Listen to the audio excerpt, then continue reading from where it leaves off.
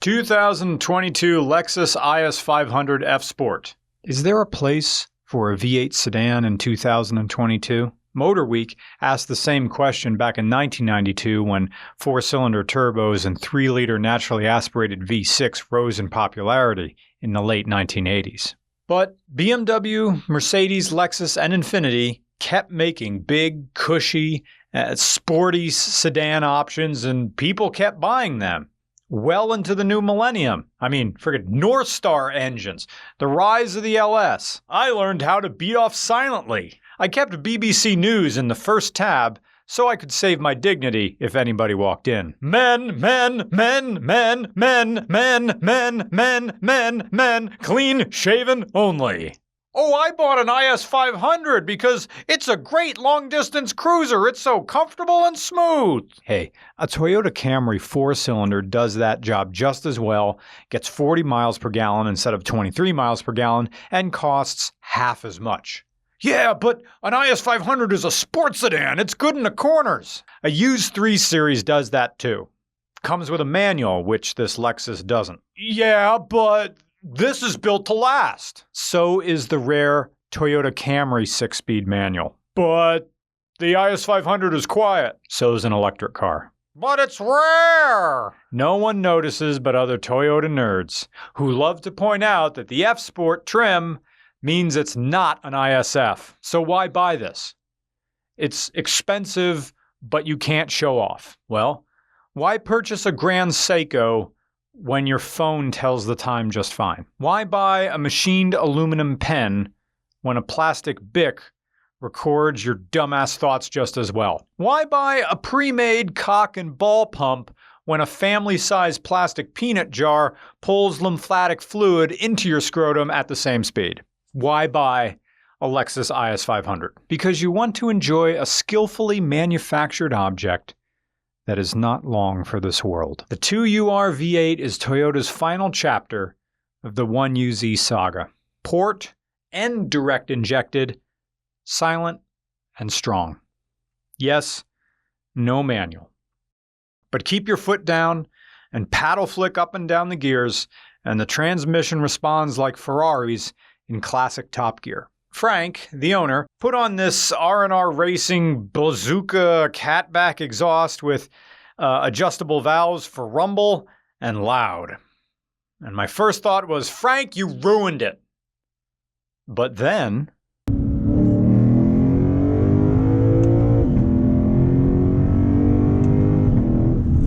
that is a satisfying... It's not a bad experience, right? No. FSport me. Toyota made a V8 that sounds good debaffled. Good shooting brake profile too, even though it's a 4-door. Terrible back seat room, even though it's a 4-door. But great seating ergonomics in the front. Oh, and you're not beholden to this trackpad. You can navigate infotainment with regular buttons or the touchscreen. IS500.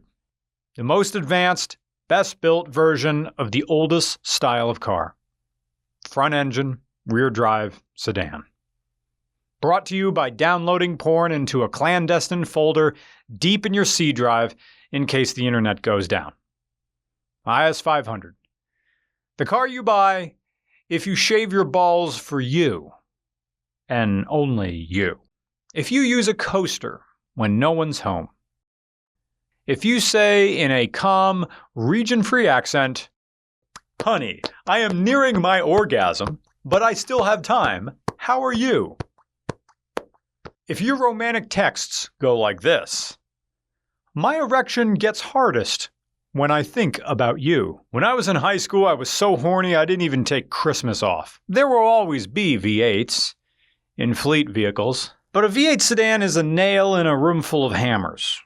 Everybody is waiting to get their turn to bash because V8 sedans are becoming obsolete in our crossover-crazed, electric vehicle-pushing, full-size pickup posing, tech-forward auto industry. You cannot flex with an IS500. People will gawk, but their stares won't linger. Andrew Tate will not notice you. Sure, take all the self-help courses you want, but even the biggest unga-bunga caveman grindset in the world isn't going to make you a compelling human being. There's only so far that the trappings of apparent success will carry you. So why buy an IS500? Maybe it's more of a multifaceted answer than I originally said. For one, I don't think you would buy this but for the fact that it's becoming an endangered species. For Frank, this wasn't about trying to flex at all. It was about enjoying V8 sedans while they still existed. In his own words, he could always go buy an EV whenever he wants to in the next 30 years. I would know. I've done it. But how many more Lexus V8s will roll off the factory line new? Even with an infrared paint job that conjures images of a candy apple from a state fair with an Eagles cover band, it's only really impressive out in our little bilingual corner of Pennsylvania, where we're fluent in English and broke. You can try and show it off, but it'll get old faster than binge drinking after 30. It's an amazing car for first impressions, but without depth or substance. It's basically just a pretty dress that's about as practical to wear as a floral patterned tablecloth. Which brings us to the other big reason you would get an IS500. It's a very personal car. For Frank, it's a family car that provides a more in-depth driving experience than you'd get with a more traditional family car. Because really, this isn't a family sedan. Despite having among the best front legroom in its class, it's got the worst cargo space in its class. And atrocious rear legroom. I've been in muscle cars that didn't put your knees into your chest like this. But it's a car that not only satisfies the demands of a family man's daily, it carries with it the heritage of the Lexus brand through the 2UR GSE, which is the same engine that was in the 2015-2020 Lexus GSF, the 2007 to 2014 Lexus ISF, the 2015 to present RCF, and the 2017 to present Lexus LC500 that I love dearly. I saw it at the New York International Auto Show, and the ISF was significant enough to compete with the BMW M3 and its apparent heir, the IS500. This creates expectations, and disappointment is inevitable. Let's just say that the exterior writes a pretty big check and the interior didn't get to the bank before closing. It's okay, but it feels outdated in a way a Lexus never should. This is like a mid-2010s executive car vibe in here, but you let it slide because the 5-liter V8 makes 472 horsepower at 7,100 RPM and 395 pound-feet of torque at 4,800 RPM. This is a high-revving V8, and you feel every bit of it. And really, that's all this car needs to do to satisfy, because odds are, if you want a daily that can plausibly fill the needs of a family car, you could do a lot worse than a Lexus. A Lexus you can take on the track. And I know, it's not a true F car because it's not tracked optimized. It needs the Brembos. It needs the transmission and oil cooler. I get to the front of the drive-thru and make everybody wait while I look at the menu because I don't know what I want.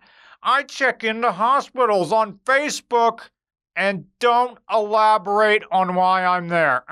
I haven't wished anybody a happy birthday in 11 years. I mix Monster and yellow Gatorade to call it, and call it Optimus Lime. What? Narpump did it already?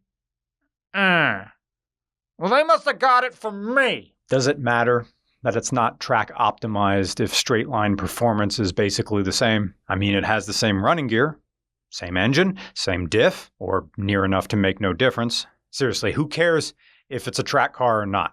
You go from 0 to 60 in 4.4 seconds, red lines at 7,300 RPM. This is normally like V8s fall off. They put the power 200 RPM before the engine says nope. Sure, the engine is matched to an 8-speed sport direct shift automatic that begs you not to call it an automatic. But at 0.1 second, this is the fastest shift time in the world for a street-legal production car. Fuel economy is 17 city and 25 highway. It's not going to save you gas money. Again, it's a good car, and it's a car that's not long for this world. And with electric cars, They don't even have to be fancy to be seen as luxury. It's hard to imagine a point of owning an IS500 beyond wanting to own a fine piece of engineering that you can enjoy because it reminds you of engineering that's supposedly on its way out. It's pre-nostalgia, paying a premium to be reminded of a moment before it ends. In the same way, Ed Helms said at the end of The Office, he said something to the effect of, "I wish there was a way to know you're in the good times while they're still happening." But while there are good elements of a car here, the IS500 ultimately fails in comparison to its own, distant grandfather, the LS430, which technically is not as good as an IS500, but the LS430 still feels like a more complete experience. There's nothing to think about with the LS430. There's nothing to get. I am luxury. Enjoy me. Whereas the IS500 leaves you wanting more despite being superior in every way, except in Dionysus-level comfort, to the LS430. A car can be the best version of itself and still not be enough. This car is Dan Marino. Even in its prime, no Super Bowl ring. I know. It's easy to feel lament for a car like this, as if it's trying to tell me, remember when it still went. Because something can't be old-fashioned while it's still in fashion. I'd almost call the IS500 hipster, except it's incredibly sincere. It depletes your irony reserves as you drive it. The idea that this could be Toyota's last V8 is a harrowing possibility, yet this is still the biggest reason to own a car like this, even as its function suggests it's not up to the standards it's hoping to emulate. The IS500 is a genuinely good car that falls short of greatness by chasing a moment that hasn't passed.